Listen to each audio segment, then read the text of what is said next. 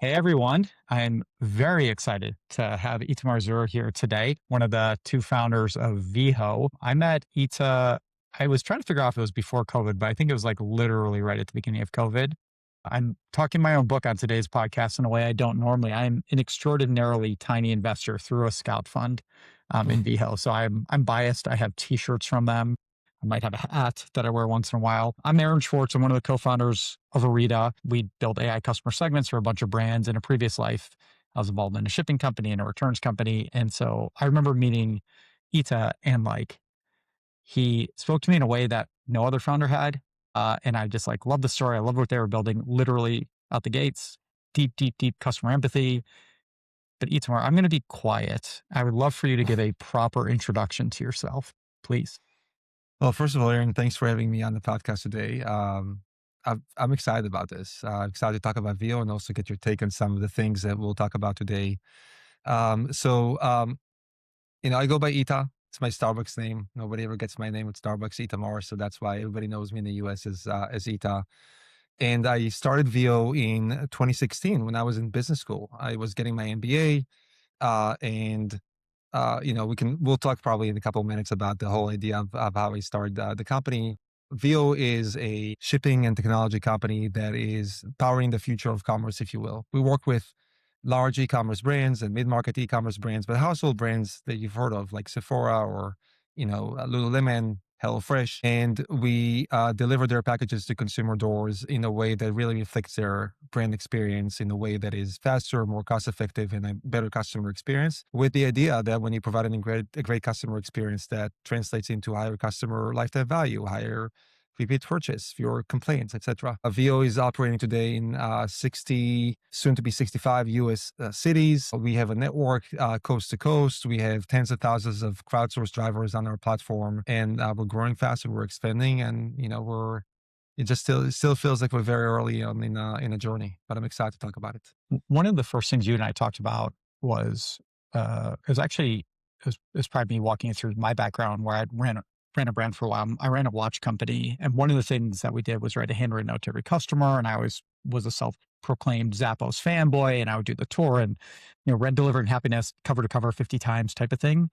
And you were the first real kind of commerce enablement shipping company I ever met, where it was actually part and parcel of what you were doing, where you were deeply focused on that end consumer experience. Can you, we'll go into your background a little bit more, but like that feels like it was always at the core. And even just hearing you describe the business right now, is that still at the core of Veho? And how did you get to that point? Always has been, always will be. Well, I'll tell you the story. You know, I never thought that I would ever start a logistics business of all things. That was the last thing that ever crossed my mind when I was thinking about starting a company.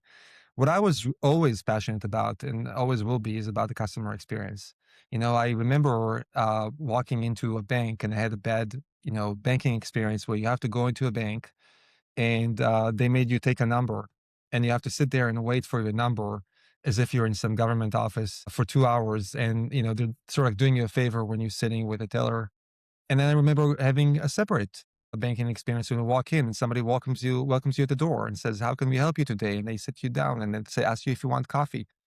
You're getting, at the end of the day, it's banking, it's the same thing, but you're getting, the service makes a whole lot of difference and made a difference in how I felt about whether I want to, bank with one bank or the other bank, etc. That applies to pretty much everything I think that we do as human beings.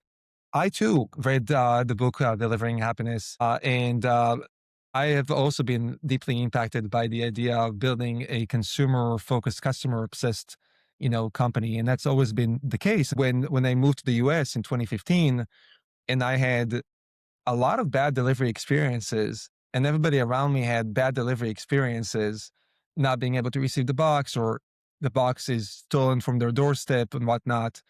It just made me think about how the customer experience in this emerging and fast growing space, which is e-commerce, is just broken. And, again, I wasn't thinking about building a delivery business. I was just thinking about how do we fix that customer experience and bring it back to the center where it should be? Because, when you're a customer, you buy from a brand, you want to grow loyalty toward that brand. You want to feel that you're getting something special from that brand. How do we bring that feeling of special back to the center. That was the idea of Veho. It's ingrained in our values, it's ingrained in the culture, it's ingrained in our mission, it's ingrained in the vision. We'll talk about all those things today, but that was the epiphany of how we came to be who we are. I do want to go back to like how you became an entrepreneur and like, don't give me the LinkedIn story. Like what's the real story, man? What's the background? Okay, so growing up, I never thought that I would become an entrepreneur one day. And I was actually looking around me at, I'm Israeli and there's a huge startup scene in Israel. And I was looking at all the folks who are working on their technology companies. And I said, yeah, these are engineers. I'm just not that type of a person. I went to law school and I became a lawyer and, nobody's perfect. So I'm a lawyer. That's one of my flaws. And I went to work for a law firm, a very large corporate law firm. And I remember going to the office every day, sitting under the fluorescent light. It was a room without a window and thinking how miserable my life was working for that law firm. And there was a room next to me, had another person, another guy that he also hated his life. And we kind of bonded over how miserable we were working for that law firm. And one day he tells me, I'm going to look for a new direction. I'm going to apply for a startup job. And I said, okay, well, what credentials do you have? What experience do you have? He said, I don't know. I'm gonna apply. So he applied and he got 0 interviews. And so I thought that would discourage him, but no, it did not discourage him. He came back and said, I have another idea. I'm going to start a podcast. And so I said, well, what's a podcast? Now remember 2016 nowadays, everybody's, immersed in podcasts everywhere. Literally everybody, including everybody, me. I right? get it. I see what you're saying. Yeah. Okay. No, you're doing a great job producing a podcast. Everybody's listening to Oh, podcasts I these got it. days, Got it. right? But in 2012, 2013, that was a very nascent thing. And my friend, whose name is Idan, decided to start a podcast where he would interview Israeli entrepreneurs about their success stories. And his idea was, over time, I'm going to learn how to build a startup. Maybe I'll get a job along the way. So he started. I was not involved in the beginning. His 5th interview was with the founder CEO of a company called Monday.com. Many people have heard of it. It was a 5-people team. Today, $10 billion business. And who offered him a job, by the way. So he was one of the first employees through the podcast at Monday. But I also joined and I started writing the questions and producing the episodes and having the front seat, to all these amazing entrepreneurs. And some, over time we got to interview founders of unicorns and some of the top VC investors in the country. And one of my key takeaways was that you actually don't have to come from deep technology background to build a company. And some of those people came from design backgrounds, or one was like an F-16. And you can come from any background. If you're creative, you can lead people and you have a vision. And so it kind of stuck with me that I could also do that. And by the time I got into business school, it was the end of 2014, I said, I'm going to use that time in business school to actually going to start and build my own company. And that's what happened when I moved to the US in 2015. Very much aligned, by the way, that anybody can do it. I always joke, my co-founders are both machine learning engineers. One's a PhD, they're brilliant. And I'm like the history major BA. So I'm not technically useful in any way, shape or form, besides writing very long form articles if ever needed. You had this idea. Tell me about how you met your co-founder and what were the things when you were starting the business? If you can kind of go back a decade, be like, where did you think that you were completely wrong? What were some things that you had complete conviction on? I don't know if you can like kind of you use this last decade to reflect back Yeah. on that time. Well, I don't know if you know this. I don't know, Aaron, you and I have known each other for years now. And I don't know if you know this, but Fred is actually not my first co-founder. There was a big story behind previous co-founders. So maybe I'll talk about this, very quickly because, it is the background for how I met Fred. Hmm. So when I started in business school, I had 2 other business partners in business school. And we built the prototype together. We started the business together. We won some competitions, raised a little bit of money, friends and family, but also from industry experts, from our UPS and FedEx executives. When we graduated business school in 2017, my co-founders came to me and they said, we don't believe this was going to be a big business. And we had a fundamental disagreement about what we wanted to build.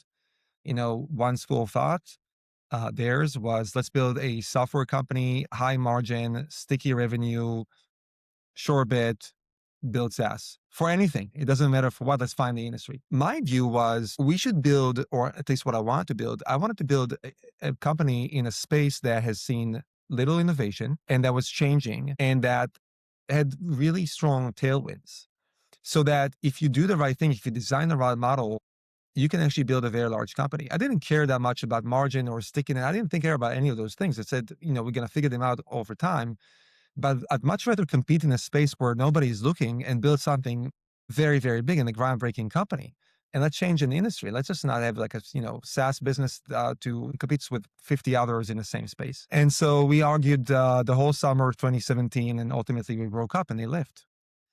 And that was a huge crisis moment for me because just to give you a little bit of background, I was on a visa, student visa. I had 1 year more to work after school ended, and I had to figure out a way to stay in the country.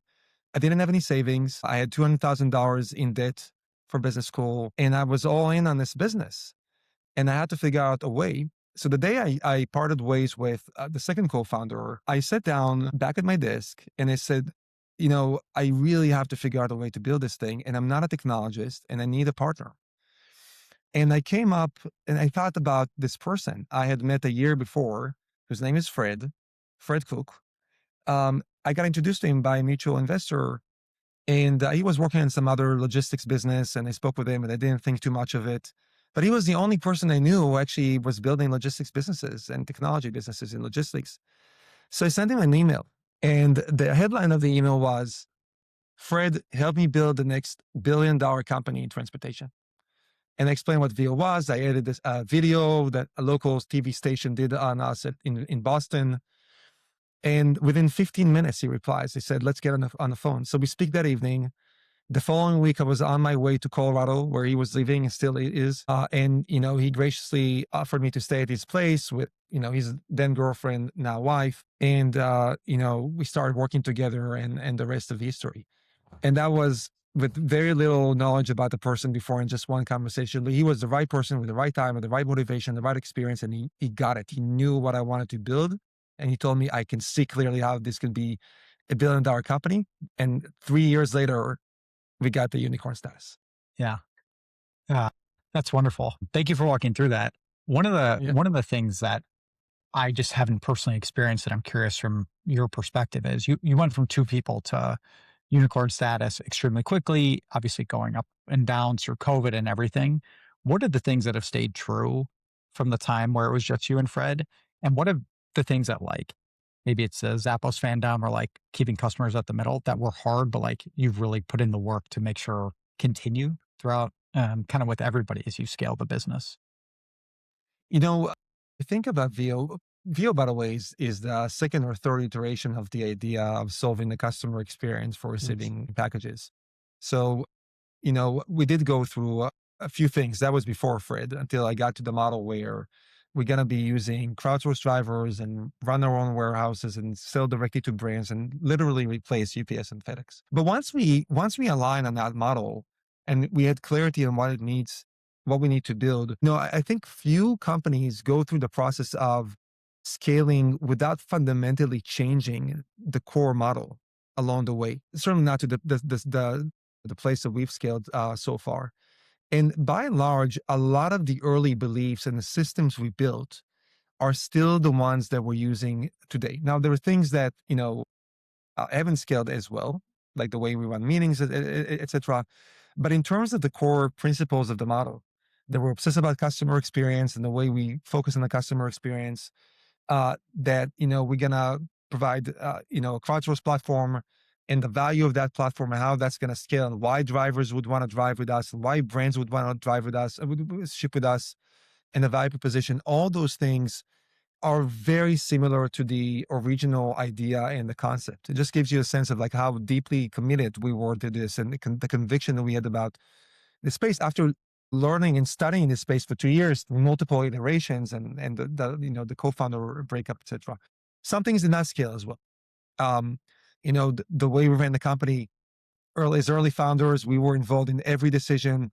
And what I'm going to say right now, if you're a founder listening to us, and Aaron, you are a founder, you know what I mean by like, you have to figure out a way to take a step back and, empower other people. And that was not easy for us to do. We're still quite involved today. The way we ran meetings, we were very in touch with everybody's, feelings, and we created a place where people can talk and open up about how they feel. But when you have so many people on the meeting, like, you have to change the structure of those types of meetings, and how we communicate with the company changed over time. And we had to elevate the conversation and talk more strategy and high level. But the business fundamentals and the fundamentals of the model have changed the same throughout the years. How have you had to change as a leader as you've scaled up the team, both the quantity of people, but also you're hiring folks who are, you know, just much, much better than you at the function that they own? Where have the biggest changes been for you yourself? I used to think that the bigger we get, the more successful the company will get, the more I will feel that, I've proven myself, and I will have, a lot more confidence, and, what I'm talking about. I was very, very confident early on as a founder. And look, I'm a confident person today. You have to be when you're a founder. But actually, I grew in the opposite direction. And, just being self reflective, I've become a lot more humble, because I understand how difficult it is to run businesses. And I understand how not knowing something, yeah, you can figure this out, but it takes so much grit to figure things out. And so I have so much respect toward other founders at any stage they're in, and also be able to listen a lot more and learn a lot more. When you're, early stages, you don't have the people around you. You gotta have to figure out everything out on your own. You ask questions, but the mindset, the intuition is just like to get things done on your own, right? Bias for action, go test things out. I don't believe what people tell me. I'm just gonna figure the things out on my own.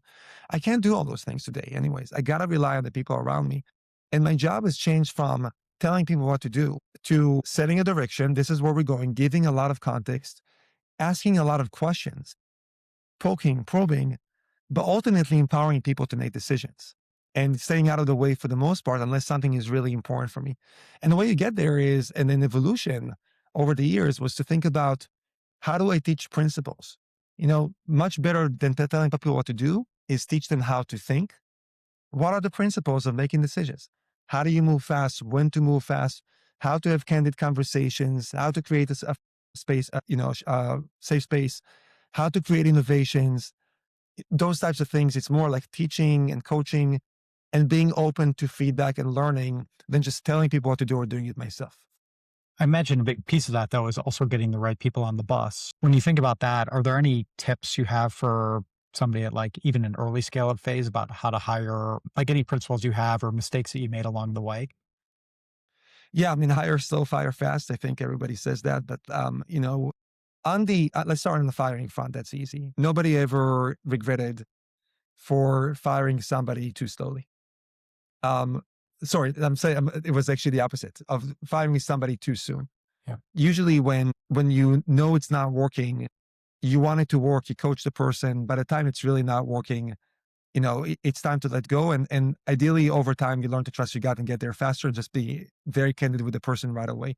You don't want to leave people on the bus who are not working for you. But on the hiring, the most important thing I learned is that you can't compromise quality. You just cannot compromise quality, because over time, it will cost you a lot more. And when we were growing very fast, we're still growing fast, but coming out of the pandemic, we 10x that year, the pandemic. We raised a lot of money. And there was a lot of pressure from the board and our investors on me to build my executive team and quote unquote up level. And I hired a lot of people. I hired like 5 executives reporting directly to me in a period of 3 or 4 months. And the reality is that with some of those executives, I kind of had the feeling it's not exactly what I'm looking for. And yes, there's a thing that I'm not really sure is going to work for us. And yeah, that person didn't really feel good about that person. But I was like, we got to figure this out. And then you live through that, decision that you made, and you realize that all those things that came up in the hiring process that felt not right actually manifested themselves in real life. And then you have to take it back. You got to let the person go. You have to explain to the organization why. You have to explain to new candidates why it didn't work with the previous candidate. It's a mess. The most important thing is really don't compromise in quality. Take your time, hire slow, and trust your gut about the people. If your gut says no, just go with your gut. And I'm actually very curious, Aaron. You have a lot of experience hiring a lot of people along the way. What are your biggest takeaways about how to hire and get the right people on the bus?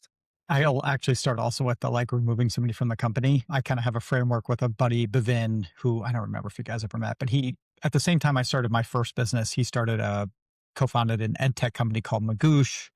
It does, like GRE and GMAT prep. Amazing business. Couldn't be more different from the world that I've been in. But we used to talk every day, a couple times a day. And, for any founder out there, having that person who cares about you, not your business, but who you have a shorthand, you're like, oh, Ita did the thing again, and they already know Ita by name type of thing is extraordinarily valuable.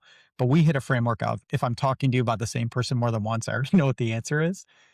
Right. And that doesn't mean that I've grown in different ways and I like still am too slow on sometimes and maybe too fast. Anyway, so like letting somebody go is always difficult. I always reflect on it like we screwed up in the hiring or we didn't set up the framework or maybe we hired the right person, but we didn't support her the right way. And so like it's very much never that person. It is like I think I'm slow because I'm struggling to feel like why did I fail at not setting this person up for success? In terms of hiring, I think I have changed my approach a little bit. I will like try to fill the funnel and I used to run like really deeply involved processes. And I've officially hit a point where like I've now hired enough, not in any role, but for roles that I've hired many, many, many times across multiple companies, I'm much quicker about finding a candidate who I'm excited by and then closing the deal as quickly as I can. So it is a very hard job market, but there's also like really scarce great candidates. And so like if I go find that person, I'm not like, well, let's go wait an extra month so that we can go jump through a bunch of hoops. It's like you're already through the goalpost. You've already done your culture interviews. Are you the absolute best person in the pot? Probably not, but are you far above, will you raise the bar of our team? I think that is one place where I've definitely changed.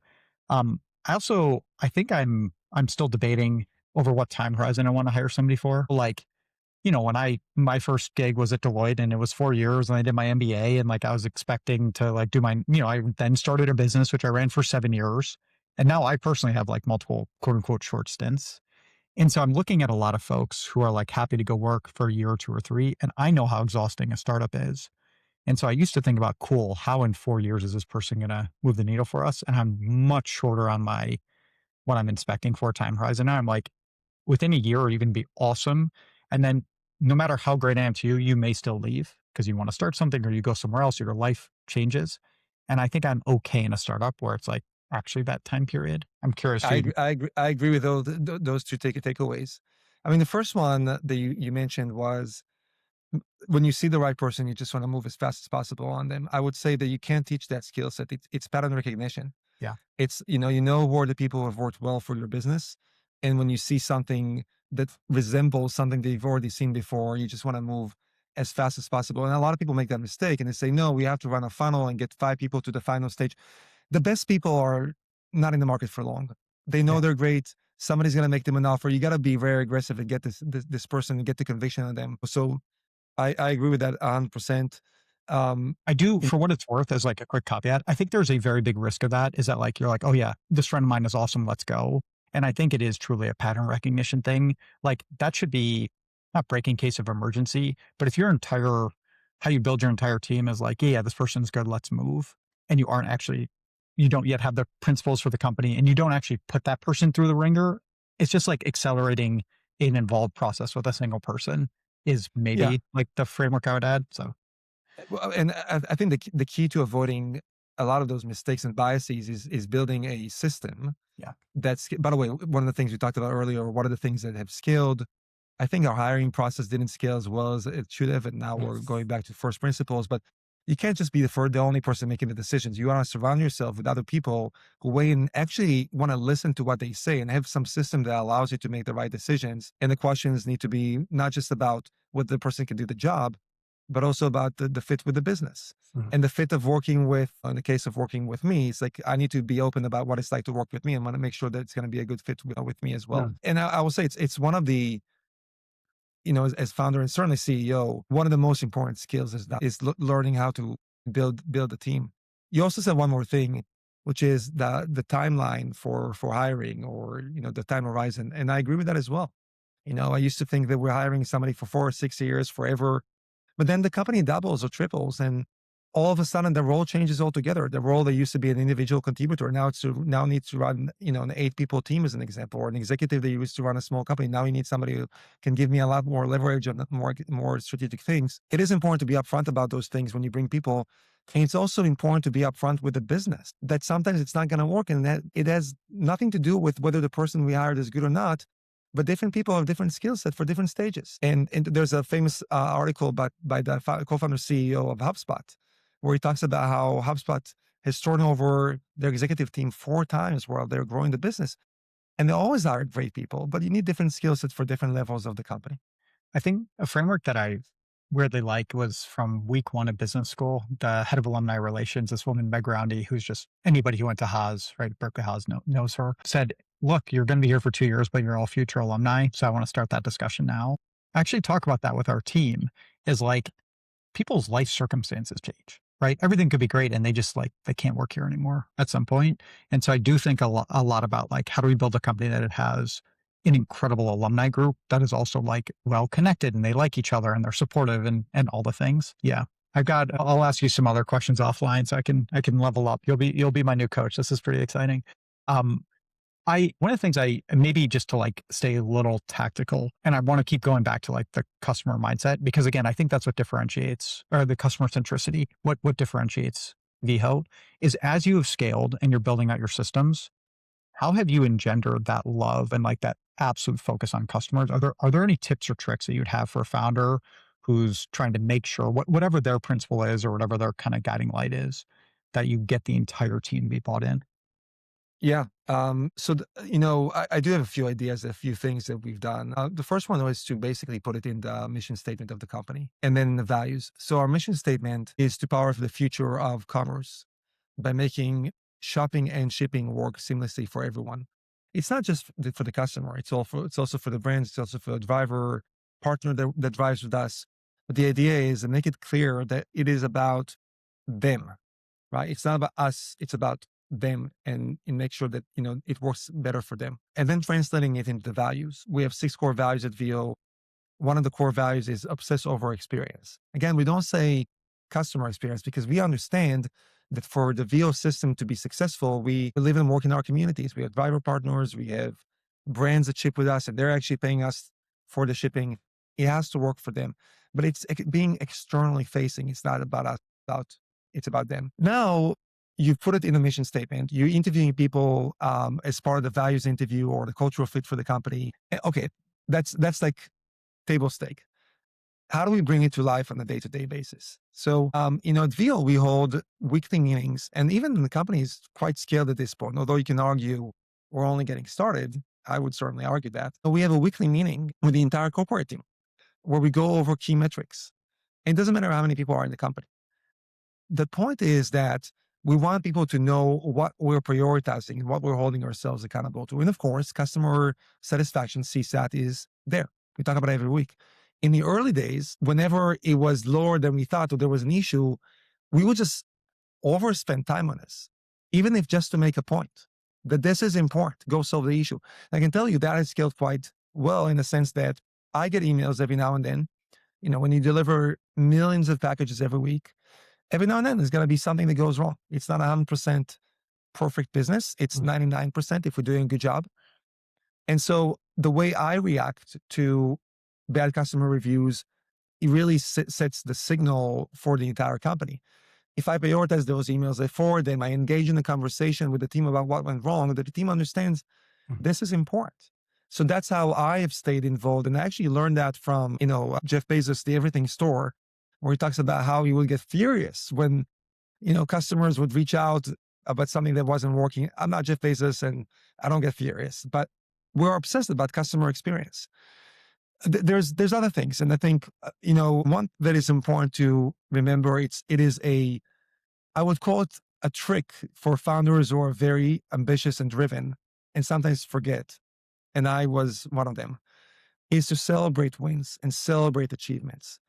And so over time, we learned that people go above and beyond the company to create a great customer experience for somebody, to fix a bad experience.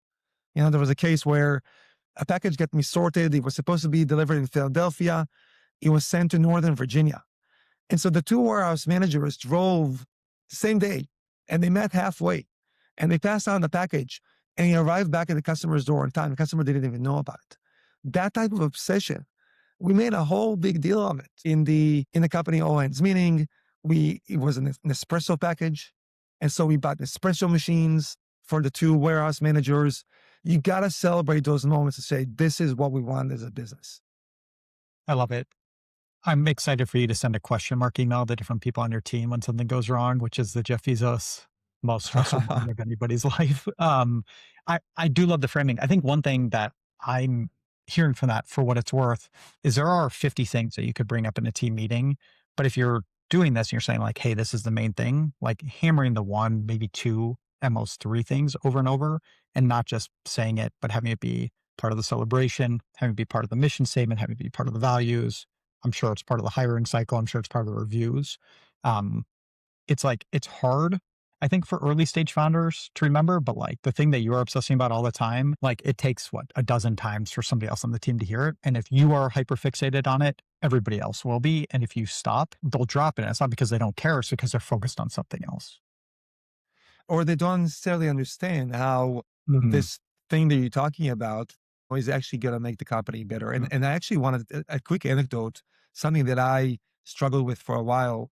We raised a lot of money and we were losing a lot of money for some time. And I committed to the board of directors that we're going to be a profitable company. And I told this to the company. We set a long-term plan to become profitable. And time and again in company all hands meetings, I was asked, why are we investing in customer experience? It's not helping us achieve our goal of getting to profitability. We're actually spending money instead of something that we could, easily fix and then become profitable faster. And so that is a moment of truth for you as CEO. Are you really serious about this thing, or are you willing to compromise it because there's something more important right away? And for me, what I learned over time is that the secret, is to be able to explain why focusing on that customer experience not only creates a more valuable company in the long term, but it actually fixes economics short term. If we're able to prevent, issues at the customer doorstep, doesn't have to come back the next day, costing us money. Lost packages cost us money. If we have very manual customer support, customers talk to our customer support, it's costing us a lot of money. We need to fix those issues so people don't have to reach out to solve their issues in the first place. It actually helps us get to profitability faster. And now we're there, right? It's connecting those dots for people to understand the bigger picture. I want to talk a little bit about scale in the future. The first question that comes to mind is obviously like AI for Veho, but I think this dovetails perfectly into like the fight for profitability. While you're not trying to be a cash flowing business that's small, you still obviously have extraordinarily high growth objectives. So how are you using tools, or like what has changed about the business that you're kind of latching out to as you're scaling into 2026? So if we're talking about AI, AI has multiple applications. One of which is there's going to be a big announcement tomorrow. I don't want to announce it early, um, but at a very high level, we will be talking about an AI system proprietary we built for VO that is sitting at the basis of logistics innovation and delivery innovations, and allows us to bring in more services to improve the customer experience, to improve the economics for the brands that we serve. And it all sits on a system that is able to make decisions in real time better than humans, essentially. So there are multiple applications in the business about AI. You asked particularly about 2020. You just aligned on the company strategy and the key themes for the year. We have 7 themes for the year. And what those themes are is translating the strategy into 7 areas of focus, where then you build the OKRs. We use an OKR system, objectives and key results, and everybody has to justify what they're working on and measure what they're working on to achieve those company objectives and themes, really. One of those themes is AI. And the idea here is that AI is not just something that engineers are using to build software. It is something that all of us need to embrace and become creators and make ourselves better so that we can make ourselves more strategic. Because, guess what? If we don't make ourselves better, AI will replace us at some point. We have to upgrade ourselves. And so there's a whole initiative around how do we teach teams and embed the idea of we have to carve out time to learn about new tools, and we have to make sure that we experiment and build stuff. And there's objectives and key results about that as well. Now, it's early days, so time will tell whether we've been successful, but I think it's just like fundamental for how you have to run a business in 2026 and beyond. What are you as CEO? I'm going to put you on the spot here. Uh, Thinking about with AI, how are you using AI to like improve your output or your performance?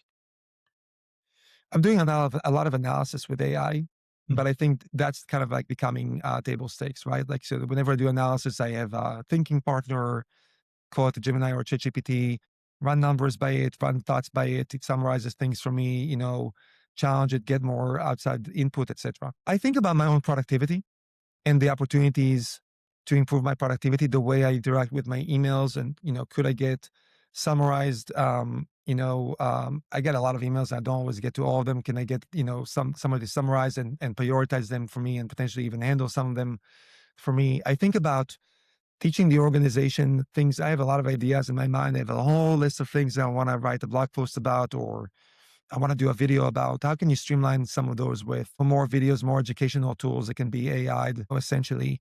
Those are the type of things that are top of mind for me these days. It's really helpful to hear, just speaking about my own journey right now, is we're a team of like 17 or so, and we're scaling pretty quickly, but it's a very lean team with a lot of like senior folks who are effectively ICs. And in spirit, we're all going to build our org.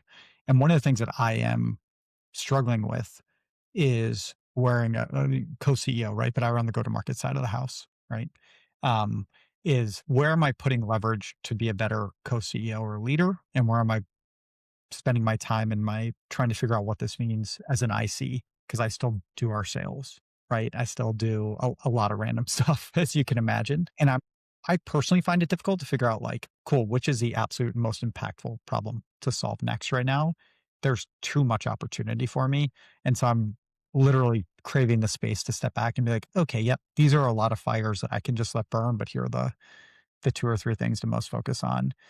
Hearing that and having gone down this journey, I assume the first thing is hiring. The second thing is company alignment. But what else? Like where else, if you're kind of talking to other earliest stage founders, not let's say 0 to 1, but people who are scaling from like 4 or 5 million to 50 million in revenue, or like kind of scaling up, where would you recommend they kind of spend their time and their focus? Are you asking in particular about AI and giving yourself more leverage, or actually where can you create more value for your I'm actually organization? thinking about both, and I've just bundled the question. So Itamar, just teach me. What should I know? Take this wherever you want. Um, I was actually going to take the latter half of the question, which is Let's do about it, where should we be spending our time as founders and CEOs to create the most value for the business? please. There's no right answer for everybody. For me, it's as soon as we raise money and we start to grow very fast, building the team and setting the right foundations for hiring was one of the most fundamental things. And I got to tell you, I thought I was doing a good job at this, but in retrospect, I wasn't necessarily. We didn't always hold a high enough bar. Sometimes we gave too much authority to hiring managers to make decisions, despite everybody around them telling them, "I don't think we should make that higher," etc. And probably the thing that we did the worst was documenting everything so we can scale the processes. Here's something that I learned that is really critical for scaling businesses. You as a founder, um, you have a picture in your mind of what you want the business to be, and then you also have the experience over time and the pattern recognition to understand what works and what doesn't work. And we have to remind ourselves day in, day out that when somebody joins the company, they don't have all that information in their head. And if we're just giving them the ability to make whatever decisions, they may make very different decisions. It will dilute your culture, dilute your bench, if you will, in terms of quality of people that we hire, make the wrong decisions for the business, etc. And so, you know, putting AI aside for a second, I think that I learned is really documenting and thoughtfully documenting why we're making certain decisions, how to run processes. And that sort of like evolved into how we even run meetings. Meetings nowadays at VO, other than, very large meeting where it's a presentation, any meeting where we need to make a decision now there's a document that the meeting owner has to prepare, and they have to clarify who needs to be in the meeting, what decision are we trying to make in this meeting, and there's a place for people to ask questions in the meeting.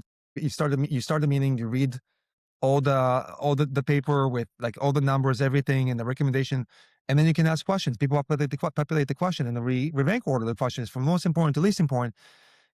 So it does two things: it facilitates a better discussion and better decision, and forces a discussion with smart people around the table to raise the bar of the decision. But then you have that documented. Anybody can then come back to it afterwards and say, okay, here's why we made that decision. I can learn better how to make such decisions in the future. So, being very diligent about documenting, about setting the right principles, explaining the why behind things, that, I think for recruiting, it's like just like a must, but that also applies to a lot of other things, values and leadership principles, go to market approaches, product roadmaps, really anything that you're doing in the business. You can always make the excuse of, oh, it's too much time. But then there's going to be so much debt afterwards. People asking questions and not sure why why you made this decision. It's better to take the time up front, focus on those things that really matter, and go deep and document it. I mean, a big value, as you kind of hinted at, is it also speeds up the onboarding of the next person. We have a new framing internally, which is if it's not documented, it's not decided. I'd say we honor that about 70% of the time. But I think it's the right principle, right? Which is like, yep, we can go make a decision, but if we don't recall why or we don't get into the nuance, we're not making the optimal one. Um, all right, we got about 10 more minutes. I want to ask one tricky question and then kind of dovetail more into the future of VHO and delivery. I'll start with a personal anecdote. I actually just interviewed my co-founder from Passport Shipping, now Passport Global, Alex. And if you look back at our first investor deck, it was asset light DHL, right? Or no, it's called the modern day DHL, but the whole principle was asset light, asset light.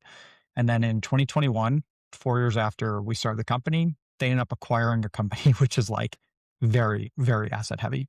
And it was a great decision and it really changed, right? But we were so convinced that we could beat DHL by being asset light and this was the advantage. And Alex and the team made a different path and it's worked out extraordinarily well. When you started this business, it was like you said you had some execs from UPS or FedEx or wherever who'd invested, but you're competing with UPS and FedEx and you're empire building and you want to be the best delivery company in the world, right? As like my words, not yours, but that's how I think about it. What have you taken from them where you're like, oh, actually they're pretty good at these things? Like what are some of the things that you've kind of stolen or been like, oh, yeah, actually they did solve these things that are actually kind of part and parcel of how Veho works? I'll answer the question, but I'll answer it in a slightly different order. I'll start with what we didn't take from them, and I think it's important, and Mm, then we'll go into what we did. So when you're competing with giants and you realize that you cannot copy what they do, there's just no way that we would ever acquire so many trucks and airplanes and warehouses, and we didn't need to. The opportunity was to do it in a smarter, not that it's not smarter, but in a more technology advanced way for the 21st century for the needs of e-commerce companies and their consumers. So when you approach something like that, which sounds nuts, like Aaron, if you and I sit here in 2015 and I tell you, oh, we're gonna build the next FedEx, there's a good chance you'll think that we're nuts, right? The undertaking is just massive for a startup, right? Like how are we gonna do that? So when you go on that journey, you have to embrace the notion of first principles thinking. And by the way, that applies to any business that anybody's building, but it was especially true to us. We can't just copy for somebody else. That we are going to have to build our own way of getting there. Because if you copied somebody else, we're not going to have a competitive advantage over them and probably run out of money before we get to the scale that they do. So that's how we approach every problem with Veho. We always start with what is the right approach for us versus learning from others. Of course, we learn from others as well. What we did take from those companies is in I'm saying this, by the way, with really all due respect to the incredible businesses of FedEx and UPS. We didn't take too much from the way they designed their businesses. I'm sure there's more for us to learn. We've just taken a different approach. We've taken safety very seriously. We learned from them a lot about building a culture of safety because we knew that if we start growing really fast and nobody's paying attention and people get injured, that's going to be the end of the business. So we've taken a lot from them. Today, we learn more from them about automation and how to design a network.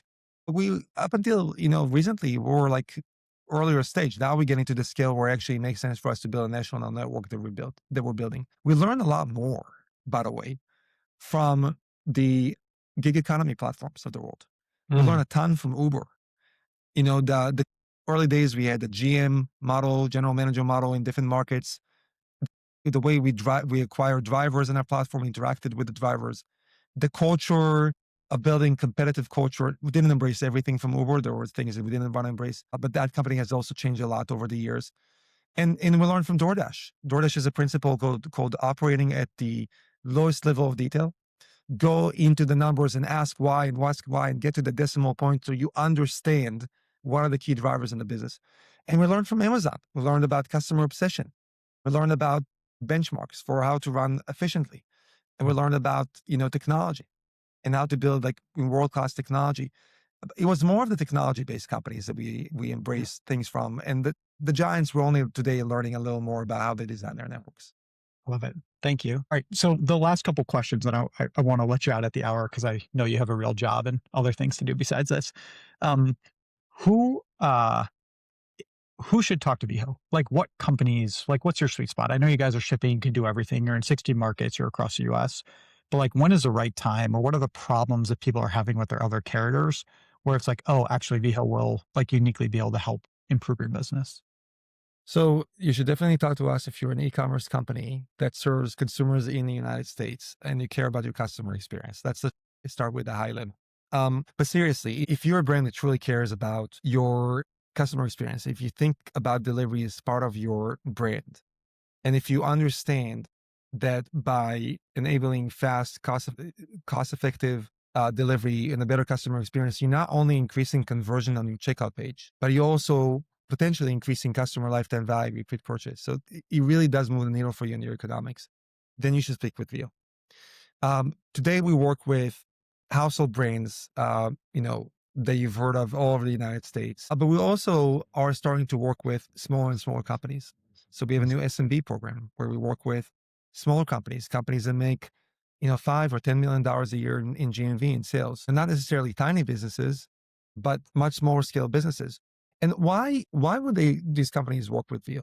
You know, if you're if you look at what's happening in the delivery space over the past 10, 15 years, every year, UPS and FedEx start the year January 1st, and they increase their rates by 6%. And the reason they're doing this is that their cost basis, the cost of operating their system is incredibly expensive. So the only way they can keep the margin is to increase their rates. They're not innovating. They're not. When was the last time you heard about some great innovation from UPS and FedEx? Yeah. Um, and so that has made the shipping extremely expensive for e-commerce companies. At the same time, they're seeing Amazon that continues to push the bar on fast delivery and a great customer experience. They're seeing a lot of customers complaining about their packages not arriving on time. They're seeing that they can't get the information they need from national carriers. The technology doesn't give you the visibility that you need. If the customer has an issue, they don't know where to go to fix it. If you've experienced any of what I've just said, you should talk with us. Mhm. VO is designed to solve these exact problems and bring the customer, the delivery into your brand experience and make it a holistic customer experience that works for you and your business goals. That's what we do. Thank you. I think kind of two things I want to add because you kind of mentioned LTV is a great shopping experience, creates repeat purchases just to make this even more black and white for people. And so, like, you guys actually show that you do increase this. I think that is number one. I think the second is just purely about logistics. Is I think most companies overthink it about like, hey, we've got this logistics pathway, and we've got our 3PL here, and we've got these carriers and everything. And the piece that matters the most nowadays is actually the last mile. And so nailing the last mile and making sure that the person gets a package, or if it's going to be delayed, that they're proactively notified before they have anxiety, right? Or it's like, hey, it's going to be put behind a fence because, or like not in the sun because it's a food package, whatever it is the thing that matters. And so I love the fact that you guys, like, no matter where you're kind of shipping from or where your inventory sits, you're actually accountable for delivering that wow Yeah. experience at the end, which is the only thing that the customer ultimately will care about. Yeah. And I will say one thing about this. That has been the thesis from day one. What I saw back in 2015, 2016 is the cost of production of goods is going down. More and more people can produce out of Asia, as an example, and they get really high quality goods. Cost of building a website has gone down. Now with AI, it's basically nothing. I'm not saying that, you can't build more deep functionality, but, cost has gone down. Customer acquisition has gone up, obviously, because it's more competitive to acquire customers. But really, where is the differentiation? If everybody's selling similar products, manufactured in similar places, the website look great, where is the differentiation? And I think an untapped, or at least what used to be an untapped opportunity until Veo came along is, as you said, the last mile. Andy Jassy, the CEO of Amazon, said in a Wall Street analyst conversation, that the two things that move the needle the most on LTV for them is A, did you have the right shipping option on your checkout page to convert the customer? And B, whether you actually delivered at the time you said you would deliver. And that is the biggest indication of whether the customer is going to come back and buy again. That's why delivery matters so much. I love it. All right, we got a minute left. Your choice. You can either say thank you can reiterate something, or you can share a minute about where you're excited for Veho to go in the future. And obviously, where can folks find you guys? Wow, this is a big question. Okay, let's go with the last one you just said. Where are we going in the future? That is actually one of the most exciting things, on the horizon for us. Delivery is a logistics business. Veho is a logistics platform. It's technology enabled, but it still powers deliveries every single day and will forever. But where we're going is we're evolving from just a delivery platform to a post-purchase journey platform, if you will. Our goal is to power the entire post-purchase journey, all the way from the checkout page, from pre-purchase until the customer gets the box and they fall in love with the brand and becomes a repurchase, and build the tools, the analytics, the customization, let others build tools on top of us so that brands can fully embrace and own their entire post-purchase experience. Because again, it matters so much. Delivery is step one. We want to do so much more of that. And we're starting to move in that direction in the next few years. I'm really excited about that. Ita, this was wonderful. Thank you. Last thing, what's the website? Where can brands find you guys? Shipveho.com. There it is. All right, man. Thank you. This is such a pleasure. Appreciate you making the Aaron, time. it's been a pleasure to be here today. I'm really glad we've done this. Thank Oh, you. man, this was wonderful. Thank you. Hi, I'm Aaron Schwartz, co-founder and co-CEO of Orita.ai. We build AI customer segmentation for some of Klaviyo's biggest brands like Oriana, Spanx, Caraway, Third Love, True Classic, Run Beauty, and on and on. Brands come to us to help find untapped revenue, improve their click rate, drive away mean bots, and a bunch more. You can learn more or get a free customer engagement audit at Orita.ai.